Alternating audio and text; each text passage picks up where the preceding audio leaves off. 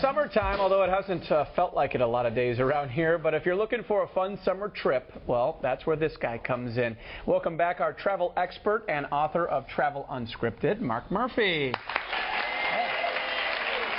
And Mark, you got a cool life, man. You travel all around the globe, and I know that you went to Israel a couple of years ago. Right. Shot a bunch of footage. Tons. Yeah. Is it safe? Is Israel safe? A safe place to travel to? Yeah, everybody's worried about the Middle East as a whole. All the political issues that are taking place are within those respective countries. I wouldn't go to Egypt right now, but Israel, absolutely go and enjoy. Go enjoy Jordan and all the other great places. All right. So you want to check out Israel? What are we looking at? Cost, all-inclusive, flight, food. What is this going to cost somebody? The biggest hit you're going to have is on the airfare. So you're looking anywhere from $1,000 to $1,500 for a coach ticket to Israel at this point in time. When you get on the ground there's a range, so you can literally work with any budget on a land tour. And I'd recommend people who go in there for the first time do a land tour because they package everything up for you: the transfers, the food, different breakfasts and lunches, etc. Yeah. Any tips to get a good deal as far as the ticket goes? Talk to a travel agent, because if you're going overseas, they can buy consolidated air tickets. They can save you money on the airfare. They can save you money on the packages. That's your best bet. All right. So once you get there, let's talk about the cool things you got to do. I know you checked out the Dead Sea. Yeah. So I was floating in the Dead Sea. Yeah. And then they smeared mud all over me, and it wasn't some hot young model. It was an older woman. Okay. But it was okay. That's me floating right there.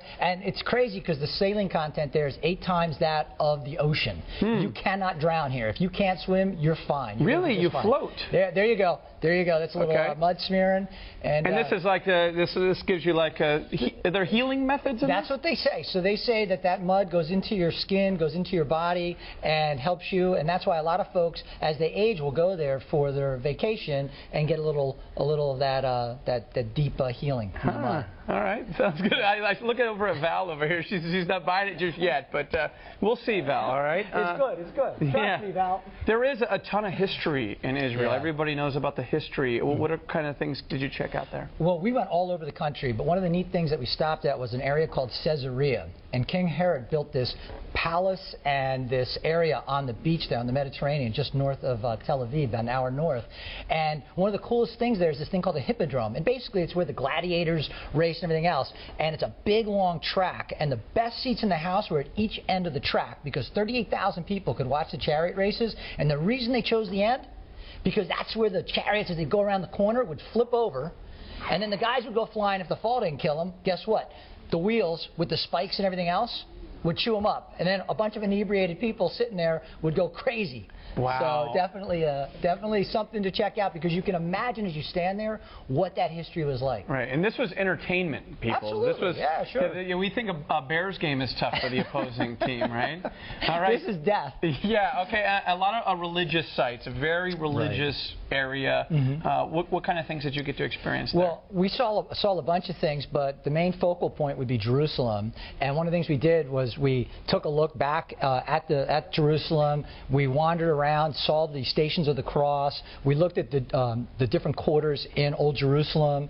And so as you walk around the city, you really get to experience a lot of different cultures. There's a Jewish quarter, there's a Muslim quarter, there's an Armenian quarter, there's a Christian quarter. That's the Wailing Wall right there, one of the holiest sites in the world for Jews as well as others. So it really is just a eye-opening experience. And if you're spiritual at all, religious at all, if you like history at all, you're going to have it pretty much covered here in Israel. There was a shot of you up against the wall. What were you doing there? I was praying. Yeah, I was saying a prayer. So I was actually saying a prayer for my CFO's son who had passed away.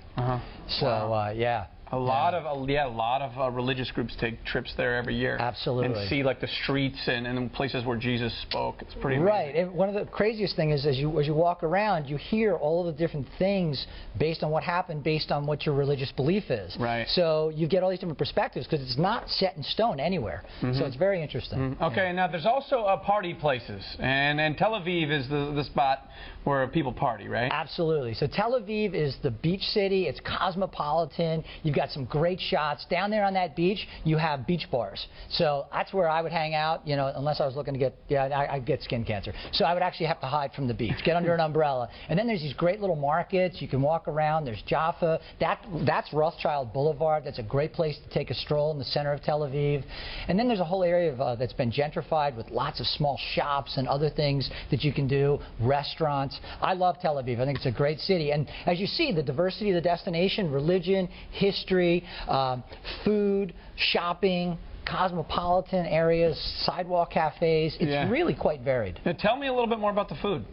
Well, you know, what's interesting about Israel is you have all of these people who've come back to Israel from, I think, around 80 or 90 different countries. So you get a melting pot of food. So the cuisine isn't just Israeli cuisine. The Israelis who came back, those folks are bringing in all these different tastes. So it's really a pretty neat place to dine. That's baklava, which is a pastry dessert, which is very, very sweet. And I was trying that in a town called Akko, which is a really neat town north of Haifa, and it's got a walled city, a seawall, and you see the kids jumping into the water at sundown because you're looking out at the sunset over the Mediterranean. It's very, very spectacular. And there's a place here in Chicago that has native cuisine, right? Yeah, they have a variety of Middle Eastern style cuisine. I think you get a pretty good varied idea. It's called Alhambra Palace, and what they've done is they've showcased some of their food. This is the actual the restaurant, and then that's some shots of the food.